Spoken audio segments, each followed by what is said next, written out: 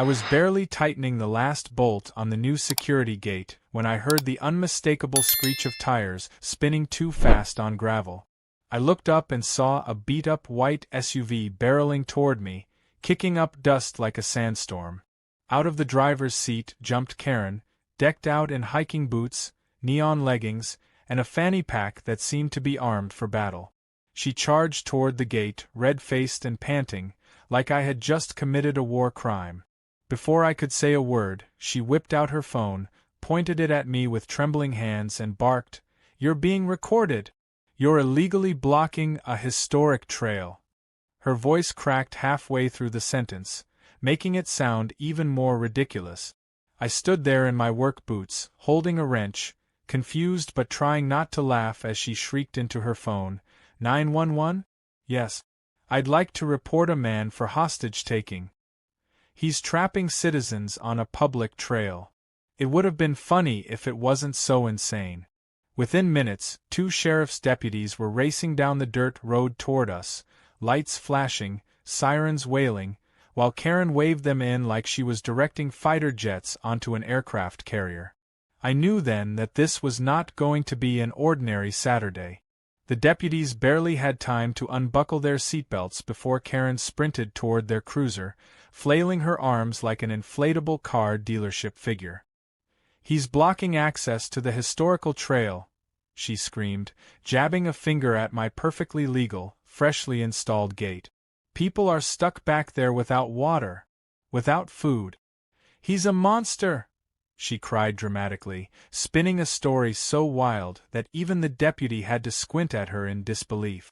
Meanwhile, I calmly walked over, wiping my hands on a rag, and pointed to the 6 massive private property signs bolted to every fence post. The older deputy gave me a long look, then slowly turned back to Karen. "Ma'am, can you show us exactly which public trail you're talking about?" he asked carefully, like he was dealing with someone who might snap at any second.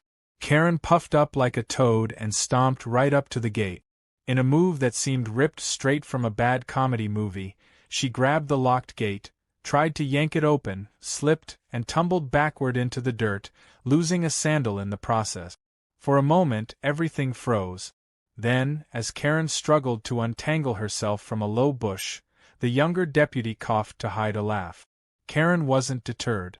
She scrambled to her feet, still barefoot on one side, and launched into a high-speed rant about how this land belonged to the people, and how she had a personal connection to this trail because her great-uncle's friend's cousin's roommate supposedly rode a horse through here back in the 1960s. I stood there blinking, trying to process the mental gymnastics she was performing. The deputies exchanged a look and asked if I had any documentation proving the land was private. Wordlessly, I went to my truck, pulled out a thick file folder, and handed them the deed, the city's land ownership records, and a fresh surveyor's report. Everything was certified, dated, notarized, and laminated because I knew better than to underestimate local troublemakers. The deputies spent all of 5 minutes flipping through the papers before one of them politely told Karen, "Ma'am, this is private land. This isn't and has never been a public trail. You need to leave." You could almost see the steam come out of her ears. Her face turned a shade of purple I thought only existed in cartoons. "I'll have your job," she screeched at the deputies. "I'm friends with the mayor." Both officers looked unimpressed. "That's great, ma'am," the older one said dryly. "But unless the mayor can rewrite property laws, you're trespassing." At that, Karen changed tactics. She pulled out her phone again and started snapping photos of my property, my gate, my truck, even the deputies, all while muttering to herself, "I'm going to the Historical Preservation Society. I'm going to the news. You'll be sorry. You'll all be sorry," she hissed, backing away like she was starring in a soap opera. I almost expected dramatic music to start playing. She stomped off toward her SUV, still shoeless on one foot, got in, slammed the door so hard it echoed across the valley, and sped off without looking back, leaving behind a cloud of dust and one very sad sandal. I thought maybe that would be the end of it, but deep down, I had a sinking feeling that Karen wasn't done. Not by a long shot. People like her don't back down after one defeat. They double down, dig trenches, and come back swinging. Sure enough, within hours, flyers started appearing around town. "Save our trail!" they screamed, complete with a badly photoshopped picture of me looking like a cartoon villain twirling a mustache. The claims were absurd. I was imprisoning hikers, destroying community heritage, and stealing public resources. It would have been hilarious if it weren't clear she was dead serious. I sat on my porch that evening, sipping sweet tea and staring at the new gate, watching the sun set over my land. I had no regrets about putting the gate up. If anything, I was more determined than ever to protect what was mine. Karen had declared war, and she had no idea what kind of fight she just picked. I smiled to myself, knowing she had already made her first mistake. She had no clue how airtight my ownership rights were, how every document was perfectly in order, or that I had recorded the entire encounter, including her dramatic 911 call and her clumsy fall, on my security cameras. As night fell and the cicadas began to sing, I chuckled softly. If Karen thought the gate was a problem, she was about to find out she had only scratched the surface. The real battle was just beginning, and I was more than ready for it. By Monday morning, it was clear that Karen had spent the entire weekend scheming. I woke up to find neon-colored flyers duct-taped to my mailbox, my fence posts, even the community bulletin board at the gas station. Each flyer was a disaster in design and a masterpiece in lies. In giant, red letters, they screamed about an evil land baron who had destroyed the historic community trail and imprisoned families and children behind steel gates. She even included a dramatic, low-angle photo of my gate taken at sunset, probably hoping it would look more sinister. The real kicker was that she had pasted drone photos of my land, photos she definitely did not have permission to take or publish. I peeled one of the flyers off my truck windshield and shook my head. If Karen thought bad clip art and buzzwords were going to scare me, she was about to get a very painful education in how the real world works. Later that afternoon, I heard shouting near the back of my property. I took a walk down the trail, phone in hand just in case, and found Karen and about a dozen of her new followers gathered at my gate. They were an odd bunch. A few retirees who looked like they hadn't hiked in years, some teenagers who clearly just came for the drama, and one guy with a megaphone yelling incoherent slogans. They had tied colorful balloons to the fence, taped handmade posters on the gate, and even set up a little folding table with a petition on it. Karen, standing at the front like a general addressing her troops, spotted me and immediately pointed. "There he is!" she shouted, as if she had caught a war criminal trying to escape. The crowd turned to me, a mix of awkward shuffling and weak fist-pumping. I leaned casually against a fence post and raised an eyebrow, waiting to see what flavor of crazy Karen would unleash today. "We demand you open the trail," Karen shrieked, waving a clipboard at me like it was a sword. I calmly asked her if she had brought any documentation proving that it was a public trail. She blinked a few times, clearly not expecting to be challenged. Then she rattled off a speech about common law access rights and historical community traditions, peppering it with made-up legal terms that sounded impressive but meant absolutely nothing. When I asked if she had a lawyer or any official backing, she launched into a long-winded story about how she had connections at City Hall. I nodded, pretending to be impressed, and then told her, very politely, that unless she had a court order or city mandate, she was trespassing. Karen's face twisted in fury. She ordered her little army to stay put and began filming herself, narrating dramatically as if she were reporting live from a disaster zone. I decided it was time to play my hand. I smiled pleasantly and said, "You might want to read the fine print on those flyers you posted." Karen looked confused, so I pulled out my phone and showed her an email from my attorney. It was a cease and desist letter already prepared, citing unauthorized use of drone imagery over private property, unauthorized distribution of said imagery, and defamation. Karen's mouth opened and closed like a fish gasping for air. I told her she had 24 hours to remove every single flyer, retract every public statement, and issue a public apology, or face a lawsuit that would bury her so deep she'd need a trail map to find her way out. The crowd, sensing that things were not going according to plan, started to murmur and drift away. A few of the more reasonable ones quietly packed up their signs and balloons and slipped off down the street, pretending not to know Karen at all. Karen, realizing she was losing her audience, went into full meltdown mode. She screamed that she would sue me for emotional distress, that she would petition the governor, and that she would march right to the Supreme Court if she had to. I didn't bother responding. I just turned around and walked back to my house, whistling a happy tune, while Karen's voice grew fainter and fainter behind me. By the next morning, most of the flyers had disappeared. I imagined Karen had spent a long, miserable night driving around with a step stool and a roll of duct tape remover, desperately trying to undo her mess. I thought maybe, just maybe, this would be the end of it.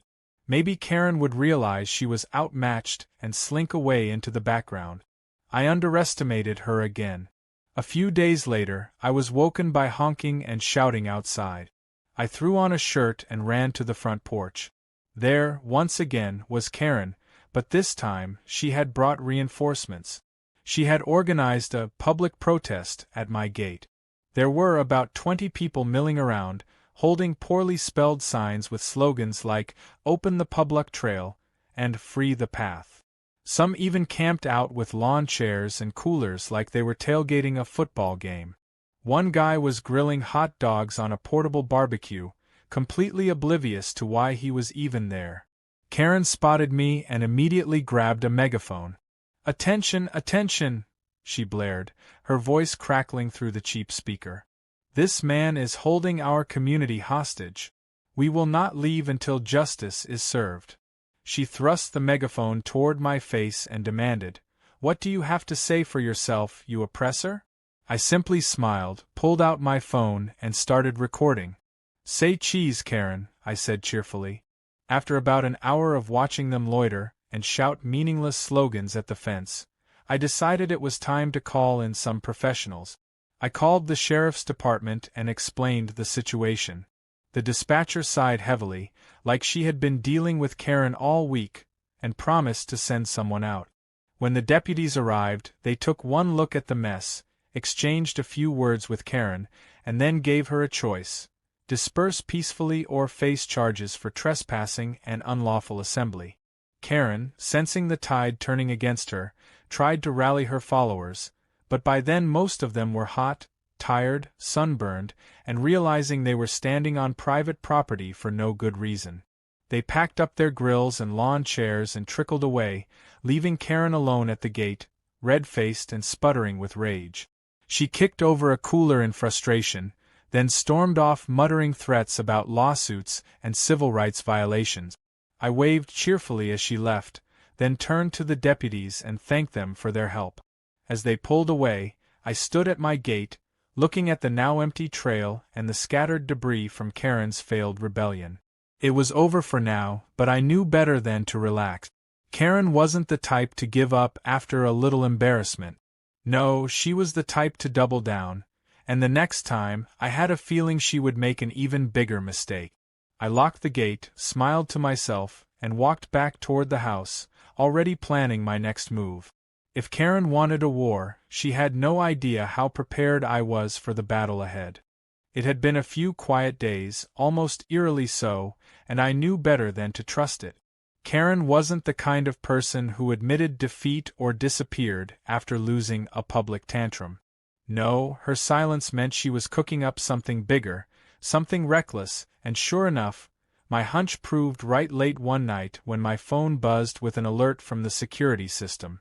At first, I thought it might be another deer wandering too close to the fence, but when I checked the live feed, my jaw tightened. There they were, Karen and two of her die-hard loyalists, creeping around the back gate with flashlights and what looked like a pair of heavy-duty wire cutters in Karen's hand. They were fumbling around, trying to find the weakest point in the chain, whispering like a gang of amateur burglars on a bad reality show. I leaned back in my chair, shook my head, and grabbed another soda from the fridge because tonight's entertainment had just begun. Karen positioned herself like a movie villain about to cut the big red wire on a bomb, except this wasn't the movies, and my gate wasn't just chained shut. It was rigged. The second the wire cutters clamped down and broke the chain, hidden motion sensors triggered the entire perimeter system. Floodlights snapped on like stadium lights, alarms screamed to life, and a pre-recorded message blared from the speakers mounted on the gate, announcing in a firm robotic voice that they were being recorded and law enforcement was on the way. Karen shrieked and dropped the wire cutters like they had bitten her. One of her buddies tried to run but tripped over the fence line and landed face-first in a patch of thistles. The third stood frozen, flashlight still shining into his own eyes, looking like a deer in headlights. I stayed in my chair, watching the live stream and sipping my soda as red and blue lights appeared in the distance. Within minutes, 2 sheriff's vehicles roared up the dirt road, skidding to a stop with doors flying open. Deputies poured out, shouting commands that made Karen and her crew snap back to reality real fast. Karen immediately started crying, pointing at the broken chain and babbling about rescuing the trail and historical emergencies, as if those were legitimate legal defenses. Her friends tried blaming each other, each of them claiming they had just tagged along and had no idea Karen was planning to cut through the gate. The deputies weren't buying a word of it. Karen, of course, had to make it worse for herself. Instead of staying quiet like any sane person would, she launched into a full-blown speech about constitutional rights and community heritage, while the deputies tried to cuff her. One of them had to remind her, twice, that she had the right to remain silent, and she ignored both warnings in favor of quoting random amendments completely out of context. They finally got her secured in the back of the cruiser, still shouting about injustices and conspiracies. Her 2 friends were cuffed too, looking a lot less enthusiastic than they had when they first crept onto my land. At the station, Karen continued her one-woman circus act. She demanded to see the police chief, then demanded to see the mayor, then demanded to call the governor, all while the deputies filled out their reports with the exhausted patience of men who had clearly dealt with her type before. When asked why she thought she had the right to destroy a locked gate on private land, she said, and I quote, "Because history belongs to everyone, and this gate is a crime against humanity." When they pointed out she was trespassing, vandalizing, and tampering with private security infrastructure, she accused the deputies themselves of being in on the conspiracy. Meanwhile, her 2 friends had already quietly called their parents for bail. Word traveled fast in small towns, especially when it involved sirens, flashing lights, and people being dragged off in cuffs. By morning, the story had exploded. Everyone at the diner was buzzing about how Karen and her crew had tried to storm the forbidden trail and ended up spending the night behind bars. Someone even started a hashtag on the local community page, #TrailFail. People uploaded memes, one particularly popular one showing Karen dressed like Indiana Jones, swinging a pair of wire cutters over a pit of legal documents. I kept my head down and let the story grow legs on its own. No need to interfere when Karen was busy setting fire to her own reputation.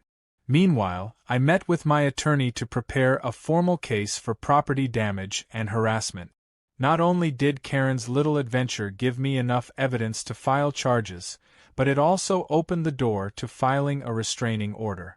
I wanted to make sure she couldn't so much as step onto the public road in front of my ranch without facing consequences. When Karen was finally released on bail, she didn't have the triumphant look she usually wore. She looked tired, rumpled, and rattled. But even then, she couldn't help herself.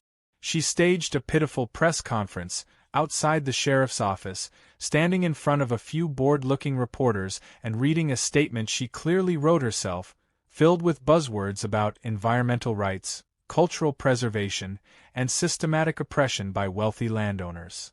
It was equal parts sad and hilarious because while she spoke, One of the deputies leaned casually against his patrol car, openly holding up a copy of the property deed for the cameras to see. I watched a clip of her press conference later, chuckling to myself. Her voice quivered with righteous anger, but her hands kept shaking, and every time someone asked her a basic legal question, she either dodged it or blamed the system. The few reporters who actually showed up didn't bother airing her speech in full.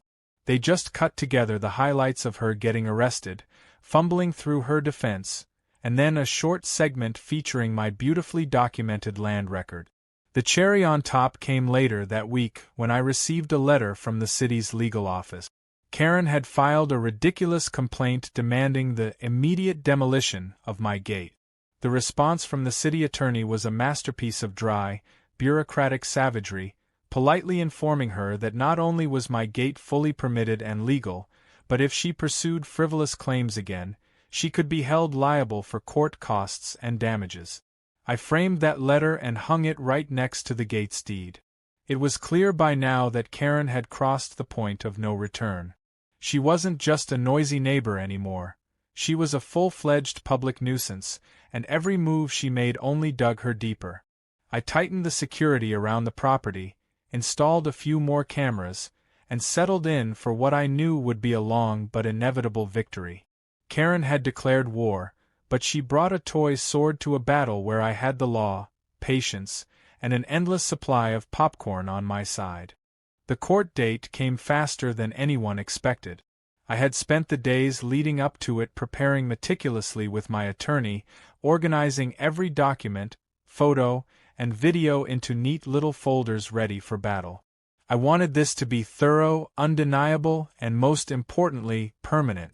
Karen, on the other hand, spent her days ranting online about how she was being silenced and oppressed, posting long, rambling screeds filled with caps lock fury and legal terms she clearly didn't understand. She even tried to start a GoFundMe titled, "Save Our Trail," but it barely raised enough for a cup of coffee. Meanwhile, the town's sympathy for her had evaporated like a puddle in the desert. Everyone was tired of the drama. People just wanted her to stop embarrassing the town, but Karen seemed determined to dig herself even deeper into her own hole. The morning of the hearing, I arrived early, wearing a clean-collared shirt and jeans, looking every bit the calm, reasonable landowner just trying to protect his rights. Karen showed up 15 minutes late, wearing what I assumed was her version of a courtroom outfit, a white blouse with a giant Justice for Trails button pinned to it, and hiking boots caked in dried mud. She stormed into the courtroom with the energy of someone who thought they were about to deliver the speech of a lifetime, head high, a thick folder clutched to her chest like a shield. Her supporters, once a noisy crowd, had dwindled to 2 elderly women and a teenage boy who looked more interested in his phone than the proceedings. As the hearing started, the judge, a no-nonsense woman known for her patience running thinner than paper, asked both sides to present their evidence. My attorney calmly stood up and, without any drama, laid everything out. Certified land deeds showing clear private ownership. County survey records confirming no public easement had ever existed. The permit approvals for the gate construction.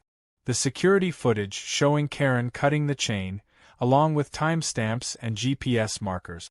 The photos of Karen's flyers using unauthorized drone shot. Each piece of evidence stacked neatly atop the last until it was a wall no desperate speech could climb over. When it was Karen's turn, she stood up, hands trembling slightly, and launched into a rambling monologue about the soul of the community, ancestral walking paths, and how corporate greed was destroying local traditions. She had no legal documents, no map, no expert testimony, just a lot of emotions and a few blurry cell phone photos that didn't even show my land clearly. The judge let her finish, patiently scribbling notes, then asked a few direct questions. When Karen couldn't produce a single piece of real evidence to support her claim that the trail was public, the judge's expression turned from neutral to downright unimpressed. My attorney asked for damages for the vandalized gate, legal fees, and a permanent restraining order against Karen entering or approaching my property. Karen, desperate, objected loudly, claiming she had been defending civil liberties. But the judge quickly shut her down, reminding her that trespassing and destruction of private property were not protected under any law, no matter how passionately she believed in her cause. Then came the final blow. The judge, almost with a hint of pity, informed Karen that due to her unauthorized use of drone photography and public defamation campaign, she could also face additional civil suits if I chose to pursue them. The judgment was swift. Karen was fined for trespassing, ordered to pay restitution for the gate damages, hit with a permanent restraining order that barred her from coming within 500 feet of my property, and given 30 days to issue a public retraction of all her false claims. The moment the gavel hit the desk, Karen's face crumbled. She stood frozen, fists clenched at her sides, trembling with suppressed rage. Her supporters awkwardly shuffled out of the courtroom without saying a word. Outside the courthouse, a few local reporters had gathered, hoping to catch a juicy quote. I simply nodded politely, declined to comment, and headed straight to my truck. Karen, however, could not resist the spotlight. She stormed toward the cameras and began another of her infamous speeches, ranting about injustice and corruption, tears streaking down her cheek. It would have been almost sad if it wasn't so absurd. In the background, a few townspeople watched, shaking their heads in disbelief that she was still trying to spin her loss into some kind of noble crusade. Within hours, the local news had the story up online, complete with a brutal headline: Gatekeeper wins legal battle, trail claims proven false. They didn't even bother editing Karen's meltdown, airing clips of her shouting nonsense and blaming everyone from the sheriff's department to the federal government for her defeat. Comments poured in, and it became immediately clear that the public wasn't buying her narrative anymore. The sympathy she once tried to stir had completely dried up. Now, she was just the town punchline, the woman who thought a gate was a national crisis and ended up losing everything trying to fight it. In the following days, Karen's life seemed to unravel at a speed that was almost hard to watch. She was removed from the local historical society for bringing disrepute to the organization. Stores she used to frequent gave her the cold shoulder. Her online rants became increasingly unhinged, filled with conspiracy theories so wild even her few remaining followers started backing away. Someone even started a mock Facebook group titled Historical Preservation of Private Property, featuring memes of Karen photoshopped into famous battles waving a pair of bolt cutters like a sword. Meanwhile, I went about my life with a new sense of peace. I upgraded my gate's security system just for good measure, not because I thought Karen would try again. After the restraining order, she wouldn't dare, but because it gave me a quiet satisfaction to know that everything was locked down tighter than ever. The trail was mine, legally and permanently, and nothing she said or did could ever change that. One evening, as I sat on my porch sipping coffee, a neighbor from down the road stopped by. He shook my hand, chuckling, and said, "You're a legend now. Never seen anyone take on Karen and come out this clean." I laughed, feeling a genuine sense of relief. It wasn't just about winning the case or keeping the trail private. It was about standing my ground against a wave of entitlement and insanity that had tried to trample over common sense.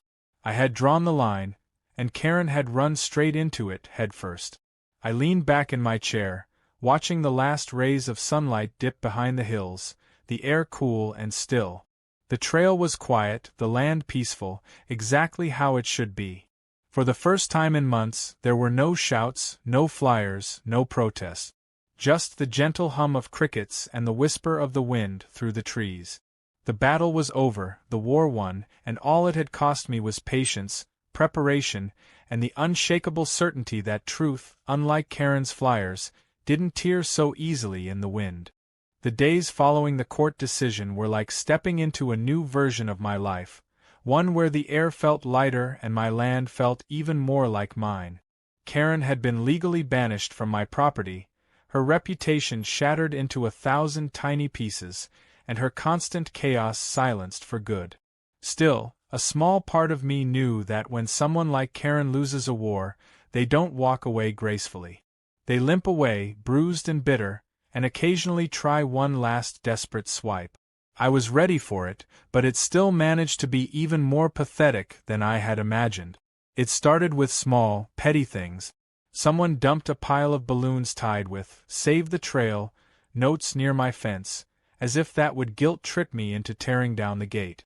Another time, someone, almost certainly Karen, left a box of old hiking boots and trail maps just outside my property line with a handwritten note that said, "You can't erase history." I laughed every time I found these sad little gestures, each one more desperate than the last. I didn't react publicly, didn't give her the attention she craved. I knew that silence would sting her more than any confrontation ever could. But Karen wasn't done embarrassing herself. She decided to organize one final act of resistance. A so-called bike-in protest at the end of the trail where the public road met my private gate. She made a dozen Facebook posts about it, calling it the last ride for freedom. She even designed a poster that looked like a bad 80s movie cover, complete with cartoon eagles and a photoshopped image of herself on a bicycle holding a flag. I heard about it from a neighbor who showed me the event page online, struggling not to laugh. According to Karen's grand plan, dozens of bikers were supposed to show up, storm the trail, and demand the gate be taken down. She scheduled it for a Saturday afternoon, the perfect time for maximum visibility. When the day arrived, I couldn't resist watching. I set up a lawn chair just inside my fence, sipped lemonade, and waited. Noon came and went. The only crowd that gathered was two teenagers on scooters who looked confused, an elderly man on a tricycle who clearly just wanted some exercise, and one Uber Eats driver who appeared after getting lost looking for a nearby house. Karen herself arrived 20 minutes late, wheeling a rusted-out bike with one flat tire, wearing a t-shirt that read "Trail Freedom Fighter" in giant, peeling letters. She looked around at the empty road, her face falling as she realized no one was coming.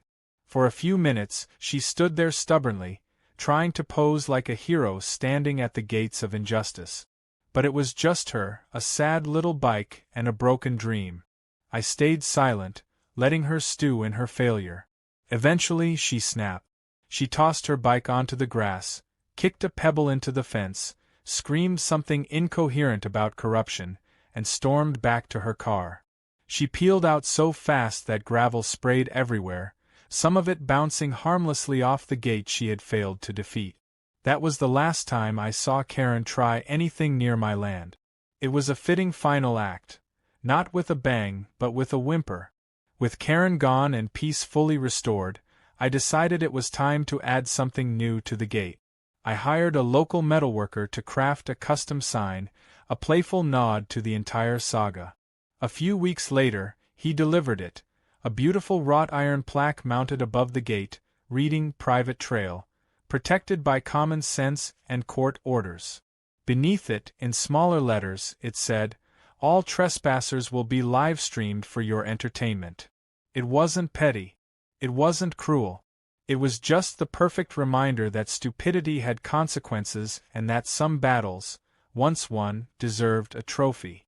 Word about the sign spread fast, and soon enough, people started stopping by, not to trespass but just to take photos from the public road, laughing and shaking their heads. The sign became a small tourist attraction. It even made it onto a local blogger's Top 10 Weirdest Things to See in Town list, right between the world's largest pecan sculpture and a mailbox shaped like a cow. I didn't mind. If anything, it turned the whole ridiculous experience into something positive. I met new neighbors, made a few friends, and even got a couple of barbecue invites from folks who respected how I had handled the whole mess without losing my mind. Life returned to normal faster than I expected. My days were filled with work around the property, fixing fences, tending to the garden, and enjoying long, quiet evenings by the porch. The trail behind my gate, once a battleground of ego and entitlement, went back to being what it always should have been, a peaceful path for me and my dogs to walk without fear of being ambushed by megaphones and flyers. Every now and then, I would sit by the trail, watching the sun dip below the hills, the sky painted in strokes of orange and purple, and think about how close I had come to losing something precious just because one person couldn't accept the word no. Karen eventually faded into a bitter memory. I heard she moved a few towns over, where hopefully someone else's fence would catch her attention instead of mine. Her old social media accounts went dark, and nobody talked about her anymore, except as the punchline to a few inside jokes. It was a quiet end to a loud, messy story, the kind of ending that doesn't come with fireworks or big speeches, just the sweet, simple satisfaction of being left alone. As for me, I never forgot the lesson Karen taught me, even if she didn't mean to. I learned that standing up for yourself isn't about shouting louder or throwing more tantrums. It's about being calm, being prepared, and trusting that when you're right, you don't have to flail and scream to prove it. The truth has a way of standing tall on its own, like a well-built gate no bolt cutter can break. And so, my trail remained mine. My land remained protected. My peace remained intact. And every time I passed under that iron sign, every time I heard someone chuckle at its message, I was reminded that some victories aren't just about winning a fight. They're about making sure that the people who tried to steal your peace realize they never even stood a chance.